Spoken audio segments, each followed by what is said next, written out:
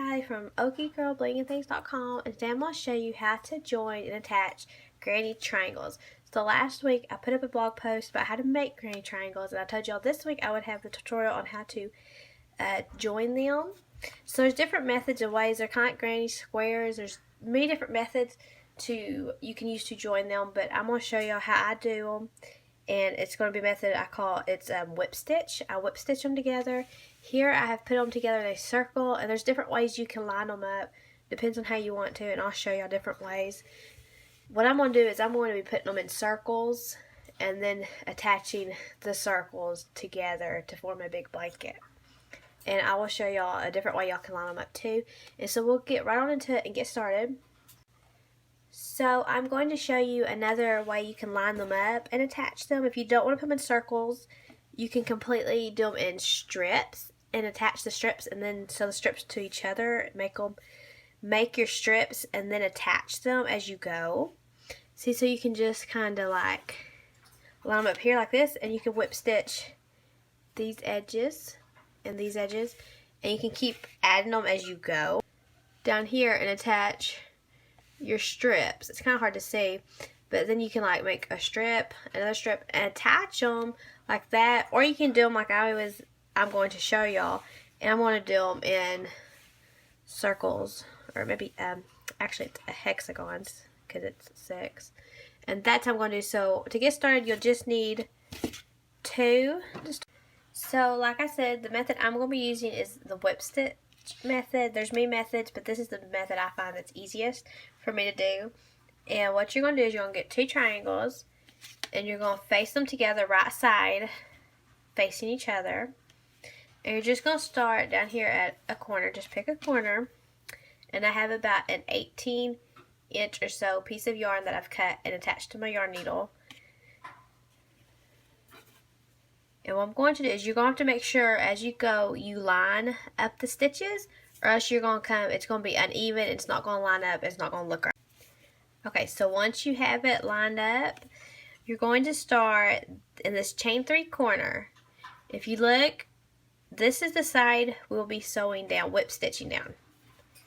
So in this chain 3 corner, the very first chain next to the double crochet right here next to my thumb, the very first chain, we're going to insert our hook through both of those. We're going to pull it through, and you're going to leave a good tail, because later we'll come back and tie that and weave in the end. So there we go. So we went through that one. Next stitch, we'll go to the next stitch, which will be the first double crochet here. And you just have to make sure you get it lined up, or it won't sew even. It won't look right when you get going. So make sure we're lined up. Next, we're just pulling the yarn. We're just whip stitching through each stitch. Next stitch. And you don't want to pull too tight, because you pull too tight you'll make it pucker and it'll like crinkle up. You just want to pull it just nice enough just to be firm where it's not loose. Okay, see, now I have the single crochet here. Just make sure we're lining up. The tail out, just like that. Yeah, as long as you line up, you're just going to keep inserting your needle from the back to the front. And you're just going to keep going all the way down.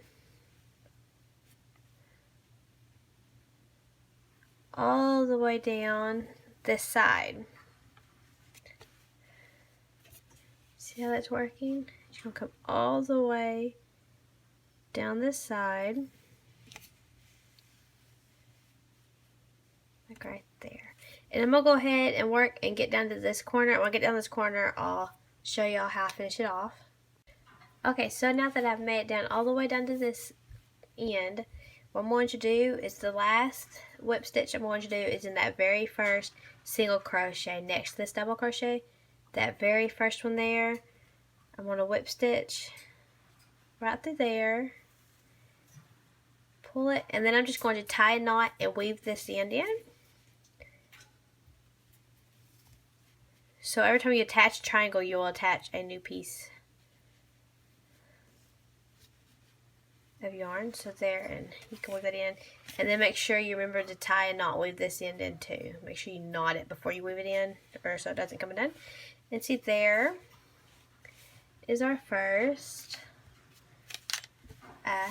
piece triangle. And then what we'll do is we'll get another triangle, and you'll repeat the same process. Cut you another strip of yarn, line it up here, fold it over, and you'll do the exact same thing I just done with this one until you get all the way around and attach them all. And then I'll go ahead and attach the circle and show y'all how I do the very middle, how I attach the middle, so y'all know how.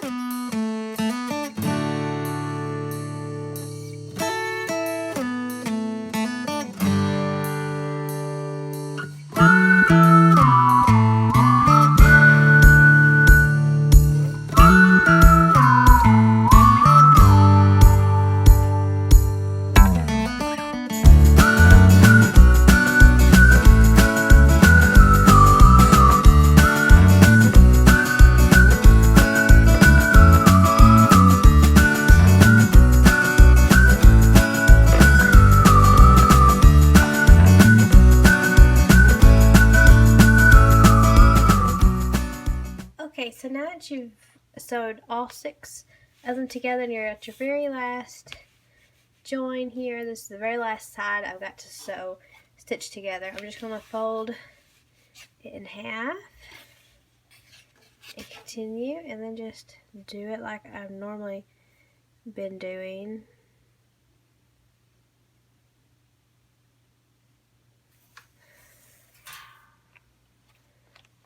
And this piece of yarn I made just a little bit longer than the other ones because I'm going to go ahead and use it to stitch the middle of the triangles together, so it's a little bit longer than the other ones had been.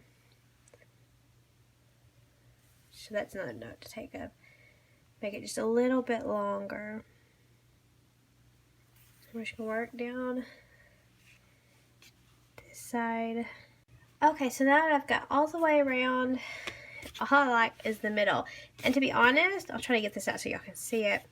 You could just leave the middle open like that if you want to. Of course, it is sometimes a big gap. It's up to you. It's totally what you prefer and preference. So I'm going to put my yarn needle up here. And so what I'm going to do to close it, if you want to close the gap, what I do is just this middle chain stitch in each triangle that we did not sew through. So here's where my yarn came out. So I'm just going to take this next chain stitch and just go through each chain stitch. And you could just pull it closed and only like make it half. So we're just going to go through each chain stitch.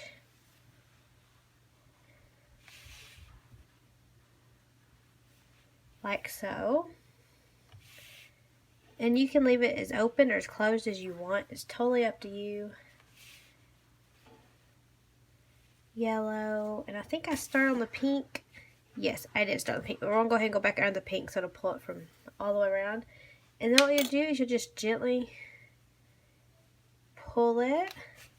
Pull it too much, it might make it pucker. So it kind of depends if you just want to close it up a little bit. And like that. I kind of like a little hole, not a big hole, and it doesn't pucker too much. So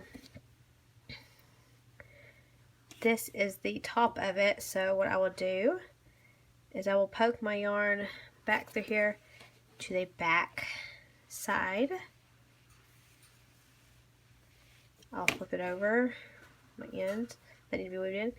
I'll pull it just, and you can pull it all the way like that if you want it closed. My other one I closed it all the way. So I may just go ahead and close them. It's totally up to you. So then you'll just knot it, weave in the end, and that's how you join granny triangles with the whip stitch method. If y'all enjoyed this tutorial, be sure and subscribe to my YouTube channel and check out my blog for free patterns.